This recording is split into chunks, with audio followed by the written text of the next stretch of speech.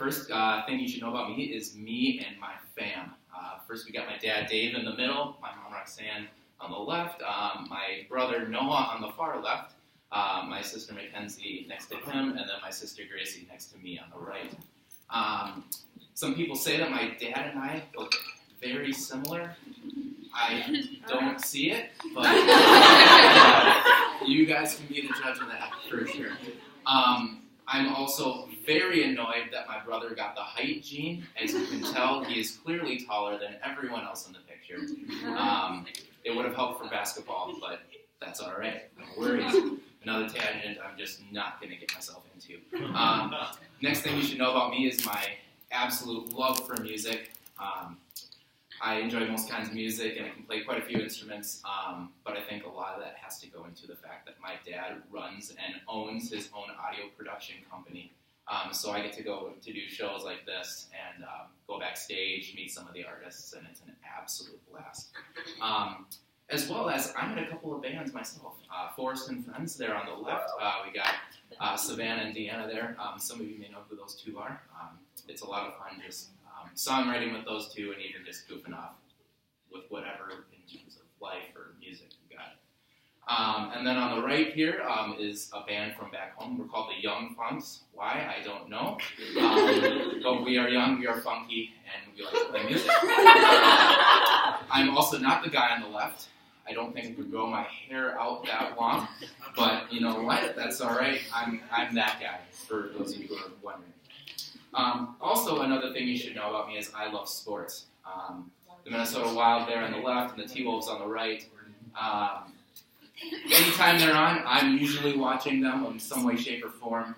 However, there is one team that stands out above all, and that is the Minnesota Vikings.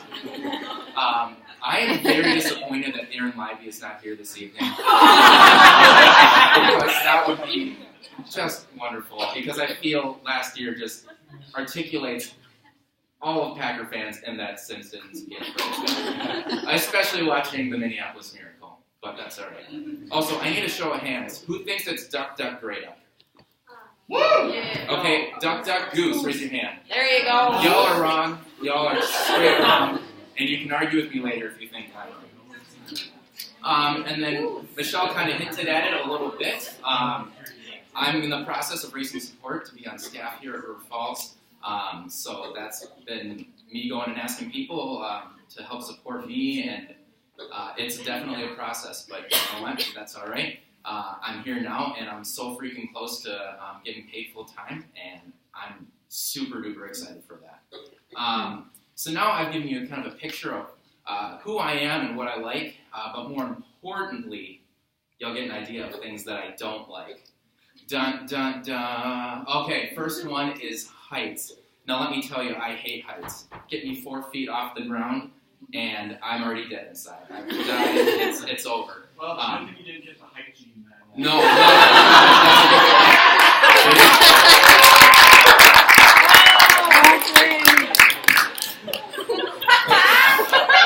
Okay. Has anyone here gone cliff jumping? Like diving into the lake from rocks or anything like that? A couple of you? All right.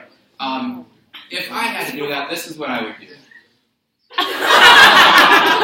Oh, you see the belly flop right at the end? Let's do that one more time. 3, 2, 1, let them go. And one more time. All right. That's awesome. But surprisingly, I'm okay with flying, though. I actually do kind of like the window seat. It's fun to look out. I think I've kind of subjected myself to knowing that I'm in the pilot's hands at that point. But anyways, secondly, another fear I have is anything to do with the eyes. I hate it. It's the absolute worst. However, rather than having me tell you, I'll just have Ron Swanson do it. Don't care for it. Straight up, don't care for it. Anything to do with like eye drops, eye surgery, contact lenses just gives me the heebie-jeebies. No, don't like it at all. And then finally, last but not least, I hate snakes so much. I despise them. If I had the courage to grab one of them, which I probably wouldn't, but if I did, this is what I would do. I would just punch it right in the face. That's what I would do. keep punching it until it finally decided to so that's just a little bit about me and what I like and what I don't like. With that being said, I think it's time we move into the passage this evening. Would anyone be willing to read it for us? Don't all jump at once. I do it. Thanks, Abby. Okay. Once safely on shore, we found out that the island was called Malta. The islanders showed us unusual kindness. They built a fire and welcomed us all because it was raining and cold. Paul gathered a pile of brushwood, and as he put it on the fire, a viper, driven out by the heat, fastened itself on his hand. When the islanders saw the snake hanging from his hand, they said to each other, "This man must be a murderer." For though he escaped from the sea, the goddess Justice has not allowed him to live. But Paul shook the snake off into the fire and suffered no ill effect. The people expected him to swell up or suddenly fall dead. But after waiting a long time and seeing nothing unusual happen to him, they changed their minds and said he was a god.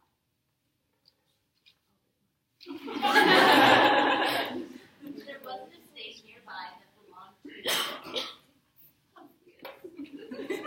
chief official of the island. He welcomed us to his home and showed us generous hospitality for 3 days. His father was sick in bed, suffering from fever and dysentery.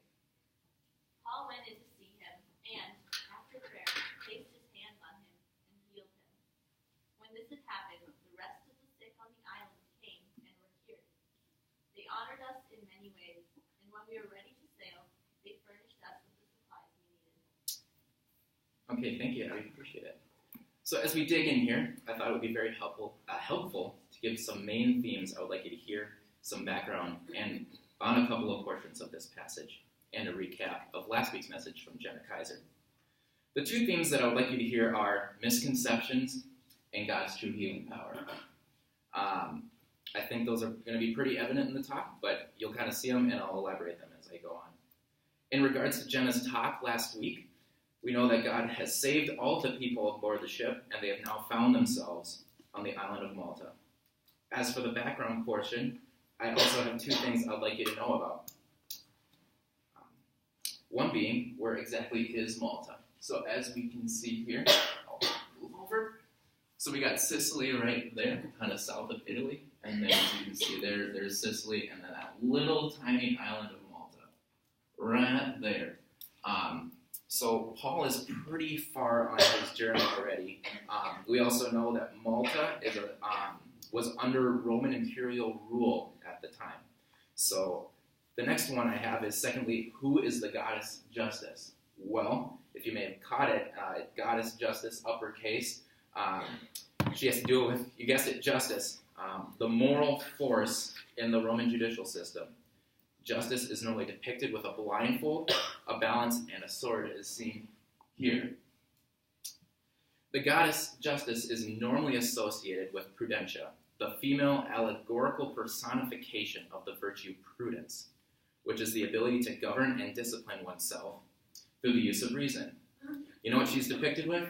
Yep, you guessed it, snakes. Right there. No. Why snakes? As I read the passage in preparation for tonight, I was trying to put myself in the shoes of the people on the island. There we go. So Paul gathered a pile of brushwood, and as he put it on the fire, a viper, driven out by the heat, fastened itself on his hand. Now, I don't know about you, but if I was someone who saw Paul get bitten by that viper, this would have been me. Yeah, I definitely would have been Jim Carrey from Liar Liar. It's just the worst. I couldn't handle it. However, the islanders had a very different way of thinking. They viewed this as justice. The goddess Justice was properly punishing Paul because he had survived the shipwreck. Because he survived a should-have-died experience, Justice made sure he was going to die by the viper. Now, I believe I have some personal experience that sort of correlates with this. In my junior year of high school, I had the literal worst week of my life. It was bad. The day after Thanksgiving, my family and I went to see the Muppet movie. I love the Muppet movie. It was fantastic. However, I walked out of the theater with the pinkest eye of all time. Remember my fear of the eyes? Yeah, pink eye is one of my literal worst fears. All right. Now, after I'd gotten all the medicine and had to do that eye drop crap and whatever, I was ready to go back to school on Monday. Woke up with the scratchiest throat of all time. It was the worst. It was the literal worst. I had strep throat. Now you're thinking it can't get any worse. It can definitely get worse. I'm only 2 down, 1 to go sort of deal here. Finally, I'm getting to Wednesday. I'm thinking, hump day, I'm finally over it. Nope, just kidding. I got the stomach flu. Michelle's worst fear. I had lost 15 pounds from pink eye, strep throat, and the flu in a week. I couldn't eat, I couldn't sleep, I couldn't do anything. It would have been very easy for me to be superstitious about it and think, did I do something wrong to have deserved this? Heck no, same with Paul. Just because he survived the shipwreck doesn't all of a sudden mean that he is receiving justice by getting bit by the viper. We see that islanders are very superstitious in their beliefs. Now, I have some superstitions that I think happen more often than not for some reason. Beginner's luck, definitely in Settlers of Catan. It's definitely a thing. Making sure I knock on wood whenever I say something that's sort of precarious. So I wouldn't consider that I'm completely superstitious, but as Michael Scott said, I'm not superstitious, but I'm a little stitious. I love The Office. It's too good. However, the islanders have gone completely against the grain, having gone from this man is a murderer to this man is a god. These people have complete and utter misconceptions of who Paul is. They assumed he must have been a murderer because after surviving the shipwreck, he got bit by the viper.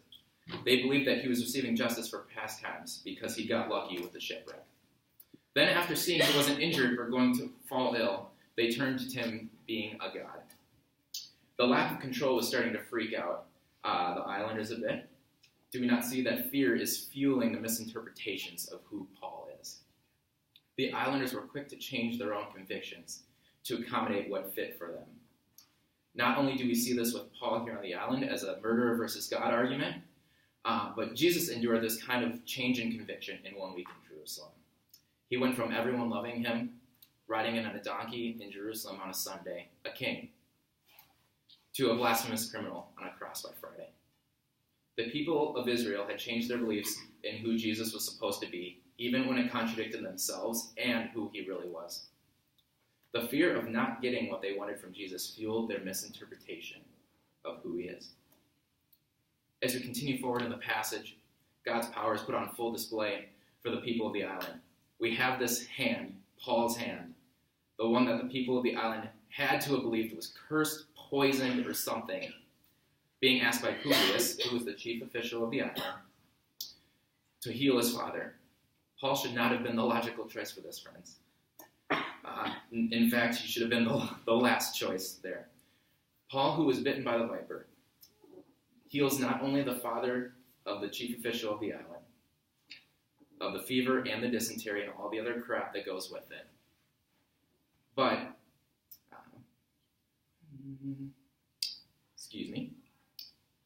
but any and all who were sick on the island. Right here, we see God's true power shown right in the face of these people's superstitions. I can only imagine God thinking to himself, you think not dying from that snake was crazy? Watch this. As Paul heals the people of the island. God used something that was supposed to be meant for destruction. His hands, in the eyes of the islanders, should not have been able to do that. I know that I definitely would have been weirded out seeing that hand heal someone right after it just got bit.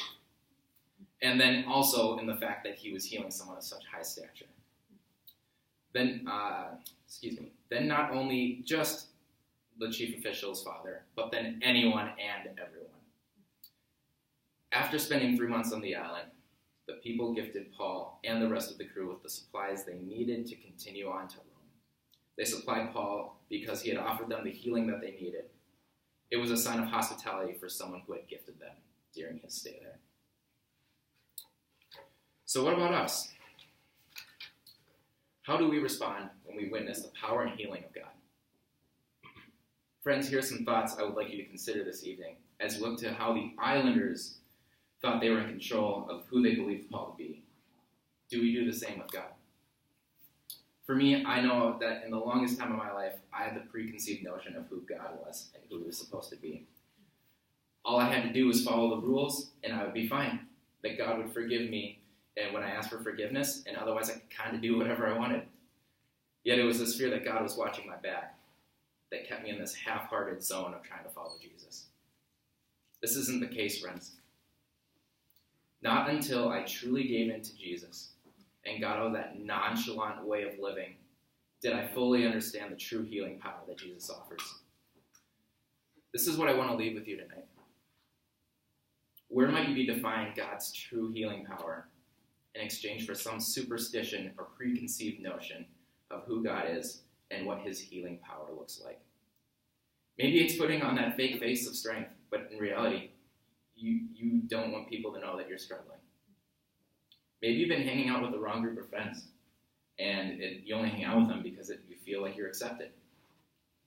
Or maybe you were like me, who only half-heartedly said yes to Jesus, and then only followed the rules because he had to. Friends, where do you need the real power, real healing power of God in your life right now?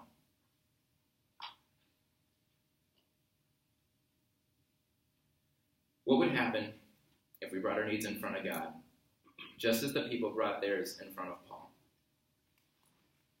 Would we not see God's true healing power at full display, just as the islanders did? As we close this evening, I'm going to pray for us. The worship team is going to come on up and close us in some worship. If you feel this is something you would like to respond to this evening, I'm going to be in the back and would love to pray for you. Let's pray. Heavenly Father, I just thank you. Thank you for tonight. I thank you for putting an end to any doubts that those islanders had about who you are and who Paul was representing. I just want to cast out any doubt here this evening of any misconceived notions of who you are. I pray that if there's any true healing that needs to be done, that be done tonight, and that we know that you will be more than willing to do so. In your name we pray. All right, would you stand and join us in prayer?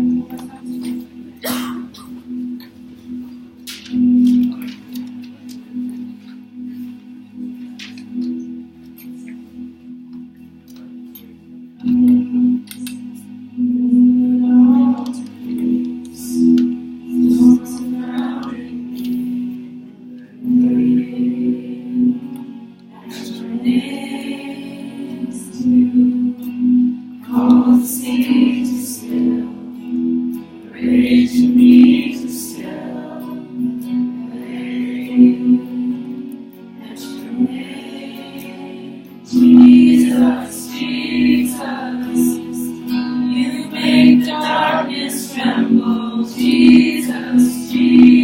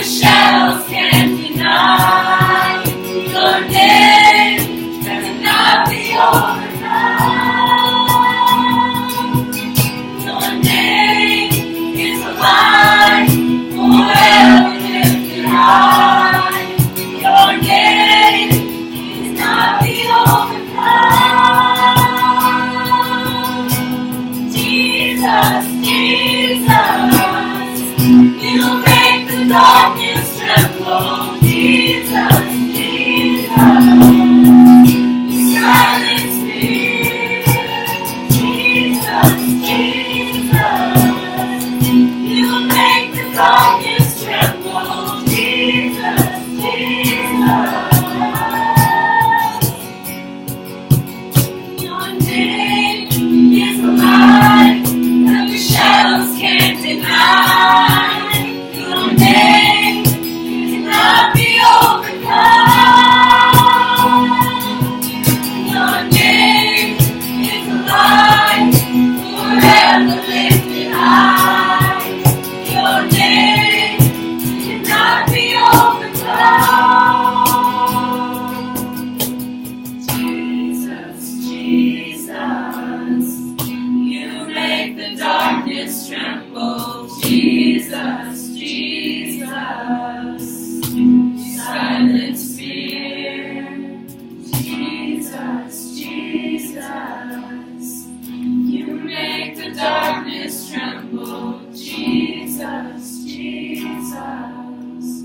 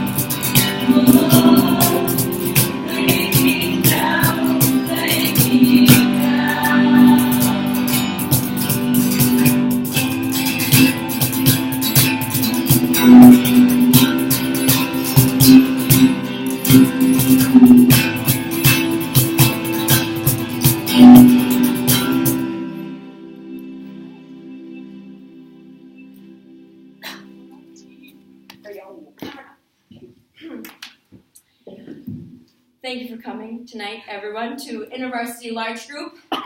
Next week is our last regular large group. So, just want to make that little announcement, and then the fact that also this Friday, tomorrow, is the last Say Anything table. So be sure to make it, and we're going to be discussing some pretty good stuff. Also sign up for CFW, McCutcheon Party next week, Saturday, and keep an eye on Facebook. Have a good night, everyone.